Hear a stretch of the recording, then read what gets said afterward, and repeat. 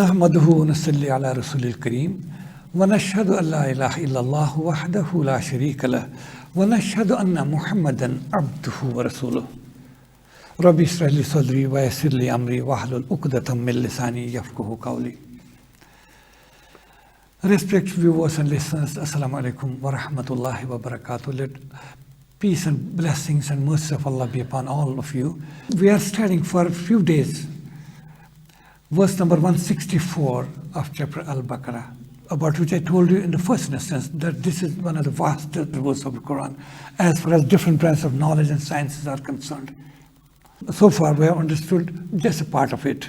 That inna fi khalqi samawati wal ard, and then waqtilafi layli wan nahar, alternation of days and nights. Today we shall try to understand a few more fragments or pieces of this verse. It's like this: wal fulki allati tajri fil bahri bima yanfa'u nas. And in the boats and ships which sail through these water bodies on earth, carrying things of benefit for man, there are la'ayatin liqawmin yaqilun. In it too, there are many, many signs about the greatness of Allah the Almighty. But liqawmin yaqilun, for men of understanding. We shall try to understand today and then go ahead. That Quran talks about these oceans, and then oceans and how these ships move around in these oceans. It's very interesting about these oceans, how Quran talks about it. Firstly, we have to think about, as I told you last time too, oceans or water form 73%. This area of earth, whole earth, area of earth is 510 million square kilometers. Remember, 510 million square kilometers. In Indian language, it means 51 crore square kilometers is the total area of this earth. Out of that, 360 million kilometers is water. That means 36 crore square kilometers is water only. Only 15 million, otherwise 36 million is only water. And we see boats and ships traveling and moving around, sailing, traversing through these waters. It's a miracle of the miracles. Firstly, the Quran says, think about water. What this water is. What is this water? It's a combination of two gases, hydrogen and oxygen. Hydrogen, highly combustible gas, which burns so fast and quickly. And oxygen is agent of combustion, which burns everything around. Not even a single matchstick can burn in this world unless we have oxygen, 21% oxygen in the atmosphere. So it is a combination of two gases, one which burns and another which is agent of combustion, which less oxygen. Combination of the two, it forms water, which extinguishes fire. How surprising it is. Isn't it a miracle of miracles? Today we can do it in laboratories through controlled conditions. Hydrogen, oxygen, in specific this ratio, H2O, 2 parts hydrogen, 1 part oxygen, it can form water. And we can separate water also into two gases. The Quran says, think about it. And then you see your water bodies, these oceans, these seas, these rivers and lakes and all that. If you put a small pebble or a needle weighing just 2 or 5 grams, it sinks to the bottom. Whereas in the same water, if you put a log of wood weighing a ton, 1,000 kg, it doesn't drown, it sails, it moves around, it floats on the surface of water. How is it? Who gave this property to this water? Today we have scientific explanations. They say there's Archimedes principle, there's surface tension, there's buoyancy, upward thrust, which makes certain things to go down in waters and certain things to float. Okay, no problem in accepting that. But a basic question remains. These are the properties of water, which sinks certain things and floats many things. But this is a property. Well, who gave water this property? Who is creating this water? Every day, every night, on all seasons of the year, who's creating this water out of hydrogen and oxygen? How much we need it. And on this, we see, Quran says, think about it. Interestingly, at the time of the revelation of Quran, there were some boats around, which people used to, limited people, class of people who used to travel through boats, cross the seas and rivers and all that small seas, not the big ones. Nobody had crossed Atlantic then, nor the Pacific on boats. It was well around 1,000 years later when man made efforts to travel or cross these big oceans, Indian Ocean, Atlantic and Pacific oceans. That time there were boats. But interestingly, Quran says about these ships which move, which weigh hundreds and thousands and millions of tons, how they move. Quran says, وَمِنْ آيَاتِهِ الْجَوَارِ فِي الْبَحْرِ كَالْأَعْلَامِ. It's explanation of this verse. Among his signs of the greatness of Almighty Allah, are these big ships, which look like mountains in waters. It was not that time. There were no so big ships which could appear as mountains, but today we have. It's verse for 21st century. And not only the chapter Ar-Rahman, I hope you remember the verse which we repeat often in our salah. Wallahul jawaril munsha'atu fil bahri kala alam. To him belongs all the ships which move in the waters, which appear as mountains, high mountain-like. And they move around. Who gave this water? Today we see these ships, boats, what Quran says, fulkillati. What is full? Full means boats. It means arks. It means ships. It means cargo ships, warships, aircraft carriers. Imagine aircraft destroyers. We have frigates. We have cruises. We have submarines. We have amphibious warfare ships. We have cargo ships and super tankers. You can imagine, just I'll give you an example. Just one largest container which moves around in the waters, in oceans. It is named 00CL, Hong Kong. It's its name. You know how can load it and carry? It can carry 200,000 tons. A ton means 1,000 kgs. This 00CL Hong Kong, the largest container, it can carry 200,000 tons of load. In other words, it means it can carry this tanker, super tanker or largest container, it can carry 336 Airbus 380. It can carry 336 Airbuses, yes, Airbus 380. Such, look at the aircraft carriers. The big ships on this aircraft take off and landings. They bombard some areas and come back. And there are runways. How is it? Quran says, think. Who gave water this property? And the metals or these certain elements which do not sink. This is among the, if you think, you will feel the greatness of the signs of Allah, but signs are for the men of understanding. Today we see big cruises. Previously there was Queen Elizabeth II, the largest cruise ship, which was around 963 feet long, carrying 1,700 passengers with all the facilities of living. And then it became obsolete. Then came another one, Queen Mary II. Queen Mary II, it is 1,100 feet long, it was, and carrying 2,650 passengers and 1,250 crew members. That's again, it is 14-story high. The Queen Mary II, 14-story high, imagine moving in waters. Of shops, shopping arcades, bars, lounges, recreation halls, swimming pools it had. Now that's also gone. It has even theaters. Now today we have even much larger cruises we have. Of course, like mountains moving into floating waters, they're moving like mountains. The latest one is, we know this time, Oasis of the Seven Seas, which was launched in 2009.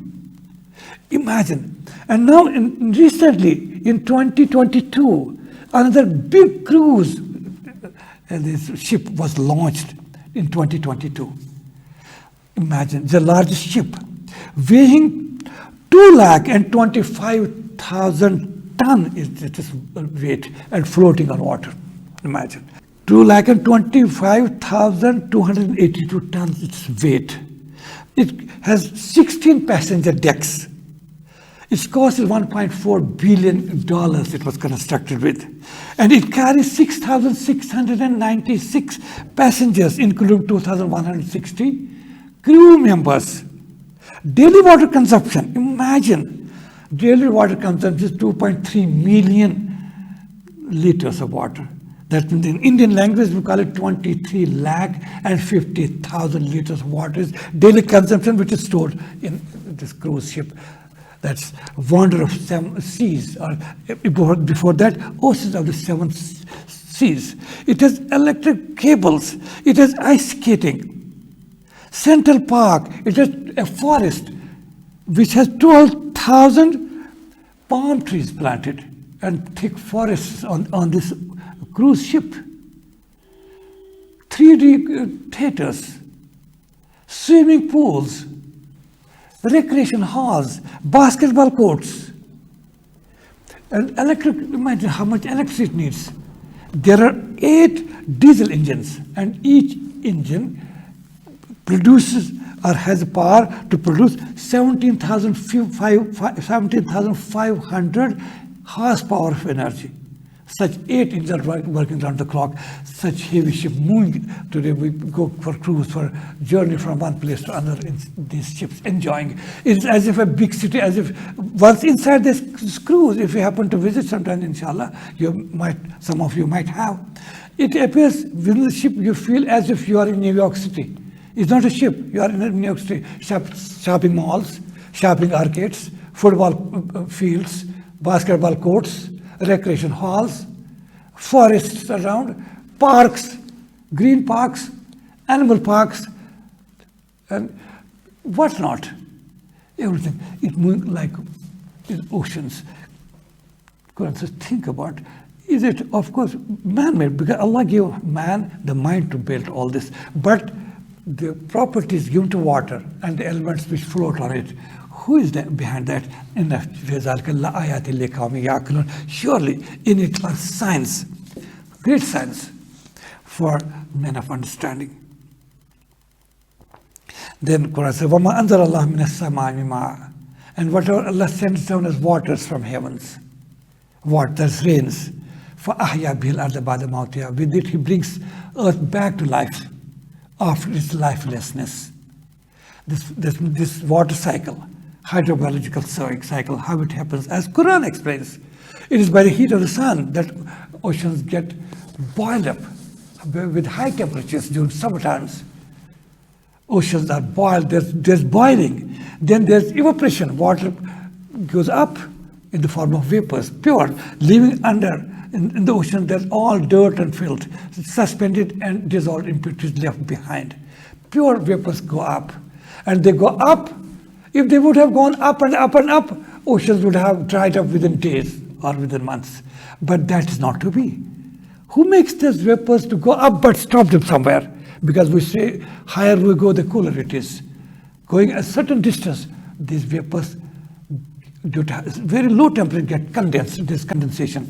First boiling, then evaporation, then condensation, the formation of clouds. And blowing winds come along, carry these clouds in different parts of the world. And there's then precipitation water fall down. And this is, in fact, distillation process. This is distillation. And what we get from the rainwater is the purest form of water. We know it now. We didn't know, man didn't know, 100 or 200 years back, man didn't know that rainwater is the purest form of water. Imagine Quran talks about it. وَأَنزَلْنَا مِنَ السَّمَاءِ مَاءً طَهُورًا.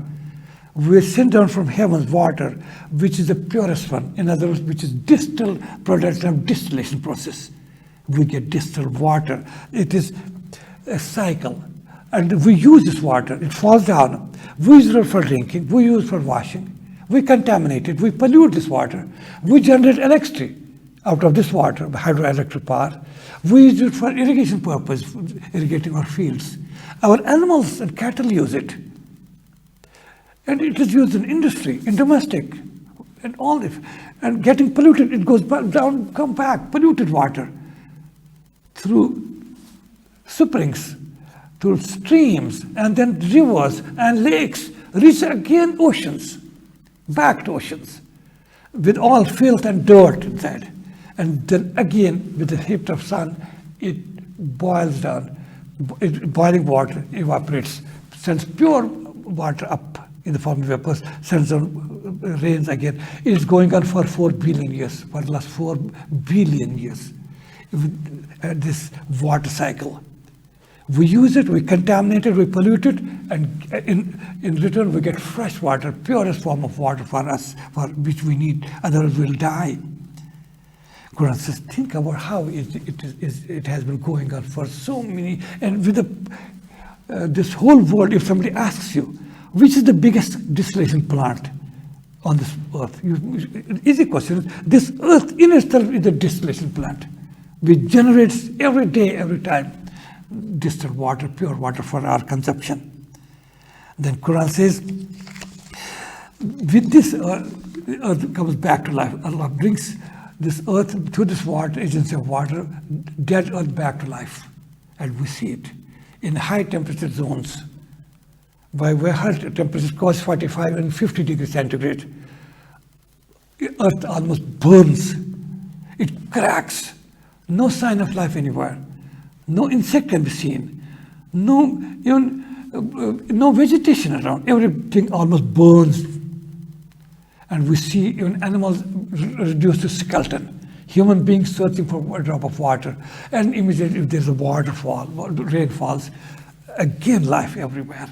Insects move around, come out of their hibernation. Green around, flowers, supporting of flowers, and fruits produced. And again, life, full of life, this world of life. And golden region, it happens during winter times, when everything is gone, and with the arrival of springtime, green everywhere, with blowing winds, and that agency of water, which consistency happening for billions of years.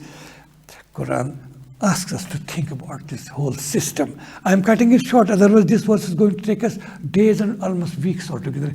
Just for your information, in our regular classes, physical classes, this verse takes us around 1 month to explain every bit of it. But here it's not possible. So I'm cutting it short. Then Quran says, وَتَسْرِفِ الرِّيَاحِ, and see in the blowing winds, لَآيَاتٍ لِقَوْمٍ يَعْقِلُونَ, in these blowing winds also there are signs of the greatness of Allah the Almighty. Blowing winds. And today we just see, because we don't think. If we see, we feel air is around, and sometimes it blows faster. It's not like that. There are around 26 kinds of winds, or 7 kinds of air we see on this earth. First is calm air, as we see now, it's calm. But it is blowing with what we call light breeze. Then it moves slightly faster, we call it gentle breeze. Then there's moderate breeze. Then strong breeze, these are kind of air currents. Then we have moderate gale. We have strong gale. Then we have storm. We have hurricanes. We have cyclones. We have the high blowing winds that are called tornadoes. Speed varies between 200 to 600 kilometers per hour. The tornadoes, which create havoc. They create that centrifugal force and destroy anything around. What kinds of air are doldrums along the equator? Trade winds, which help in olden times in trade moving boats from one place to another. We have Bermuda Triangle, result of these storms, air currents, and dust storm, sandstorm, and then blizzards, snowstorm. We have also monsoon winds, which in this part of the world, in Indian subcontinent, below a country set plan and dates are fixed. Who regulates it? Quran says, think about in the tasrif, in the blowing of these winds with a perfect plan. And this air, what is composed of? You see this air, its atmosphere we have, which blows, and how much it contains 78% nitrogen and 21% oxygen. And then some traces of other gases. which is essential. If it would have been other way around, 78% oxygen and 21% nitrogen, no living organism no life would have been possible on Earth. Who makes this atmosphere in a specific ratio, particular fixed ratio of 78% nitrogen and 21% oxygen? And how much we consume this oxygen? This part of air. This is part of air currents. That's the Quran makes us forces us to think and ponder. How much? There are 8.5 billion is human population at this time, to 8.5 billion. How much oxygen we consume? You, me, everybody. Imagine. And there are beasts around, animals, wild as well pet animals. They consume oxygen. How much oxygen is consumed? And we inhale oxygen and give back what? Carbon dioxide.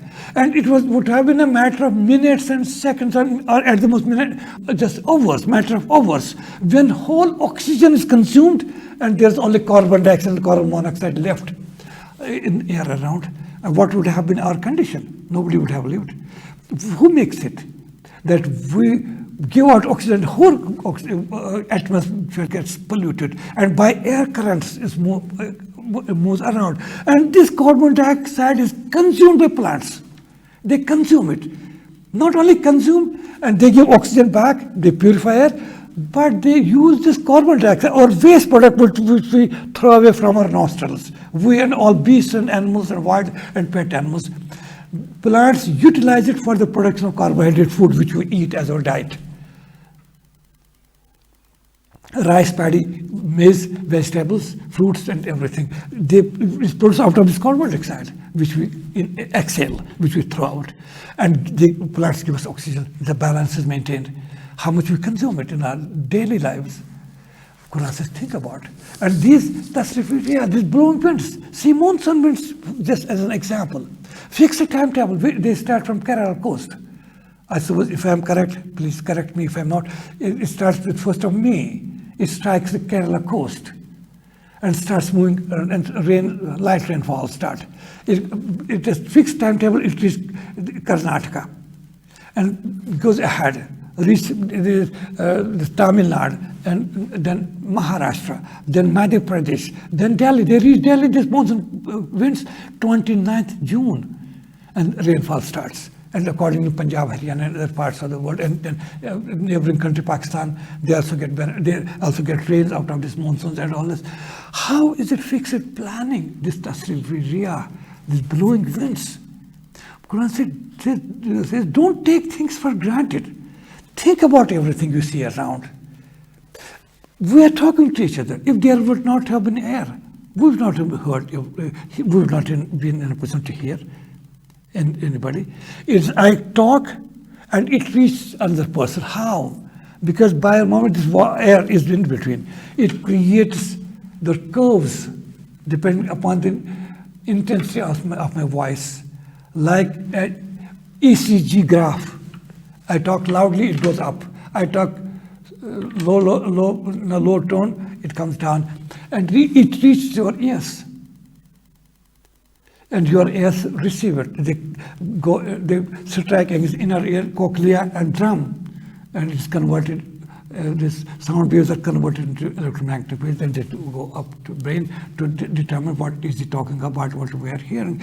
This is the agency of air. If there would have been vacuum, no air, nobody would have listened to each other.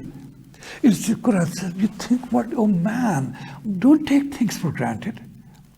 But tasrif riyah, in these blowing winds and atmosphere around, there are many signs. La ayatin liqawmin yaqilun. There are many signs of the greatness of Allah, the Almighty, the Creator, the Lord, the Nourisher, the Cherisher, the Manager of all these affairs. But liqawmin yaqilun, for those who use their reasoning powers. Similarly, last but not the least, that wasahabil musakhkhari bayna samai wal ard, and in these clouds, which are controlled between heaven and earth.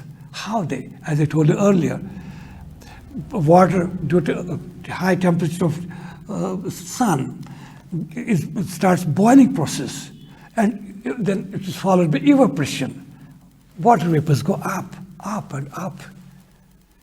But there's a limit to it. Who set this limit? We said higher we go, the cooler it is. But who created this phenomenon? Otherwise, normally we think, if we go higher, just as a layman's approach, we go perhaps nearer to the sun. That means it should have been harder up. But that's not to be. If that would have been there, this one would not have existed. Air doesn't heat up due to the sun rays, due to sun. No. If that would have been the case, things would have been different. Everything would have hottened up. It would have become dangerous for life on Earth. Atmosphere or these air currents do not get warmed up by sun rays which come from the sun. No, sun strikes without heating up this atmosphere, they strike Earth. And with the heating up Earth, air around it gets hottened up. And that's why we go the cooler. These vapors get cooled down. They condense into clouds, carrying millions and billions of tons of water. Well said by somebody, because they say it was Newton who observed for the first time that he was in an orchard or in a garden. He found an apple falling down. It fell from the tree. He thought, why this apple got down? Why didn't it go up? It made him to think. He started thinking about it, they say. Then he went to his house, he took a pebble or some stone, threw it from his upper story, it also fell down. He started thinking that everything I drop from my height, it goes down. Why? Why? He started thinking, yes, that led to the greatest, one of the greatest discoveries of all times. That's gravitation, theory of gravitation. That this earth is something which attracts everything towards it. That's why apple also fell down, didn't go up. Well said by a scientist. He says, yes, okay. Newton was absolutely right that apple fell from the tree and it fell down because earth attracts everything. But one thing he didn't perhaps think about, he didn't ponder. If earth attracts everything towards it, that how come this apple reached the top of this tree? It should not have got up there. We see some trees going up, redwood 200 feet above earth. A tree needs water at the top of it also. Redwood like 200 feet or more. Where from that water? Water comes from the soil, not rain, but soil. And how this water goes up? Against gravity. Gravity attracts everything towards it. But it goes against gravity through ascent of sap or capillary movement, it goes up. Or a seed we sow. When a seed sprouts, it comes, a pillimule, small branch comes, a small leaf comes up. It's not just sprouting of the seed. Imagine this minor leaf-like structure. It fights gravity, and not only fights gravity, it defeats gravity and pulls itself out of the soil and goes up. It's a miracle of the miracles which we see every time, but we never think. Quran says, La ayat, everything around there are signs, but liqawmin yaqilun. Similarly, rain falls. Sometimes there's rainstorm. We see during Barsat time, rainy season of India and Pakistan and other parts of the world, rain falls heavy. They say it is raining cats and dogs. Within 24 hours, there are billions of liters of water falling down from up. Okay, that's right, because everything which falls, it has to fall down, rain falls down. But one thing we don't think, if everything falls down, how come this ocean which is falling down in the form of rain from above, it's like ocean. We feel when there's a heavy rain, continuous and for 2 days, 4 days, it's as if ocean has been punctured into falling down. Okay, it has fallen down, but the question remains, how this ocean of water reached up against gravity? That Qur'an says this due to clouds, and what's the process of evaporation and then condensation and followed by precipitation when it falls down, and what we get out of it, as Quran talks 1400 years back.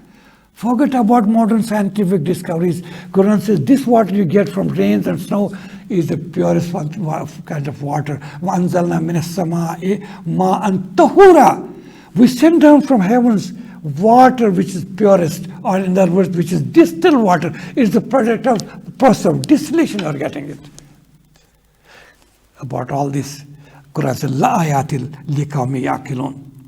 In it, all these, there are signs of the greatness of Allah, but liqawmi yaqilun, for men of understanding, for those who use their mental faculties, who think, who go into the depth of the matters and derive conclusions, and they feel behind every creation there has to be a creator, and behind this whole creative plan or creation, greatest creation, that is universe or heavens put together, there has to be the master, there has to be a creator, the Lord and nourisher and sustainer has to be there.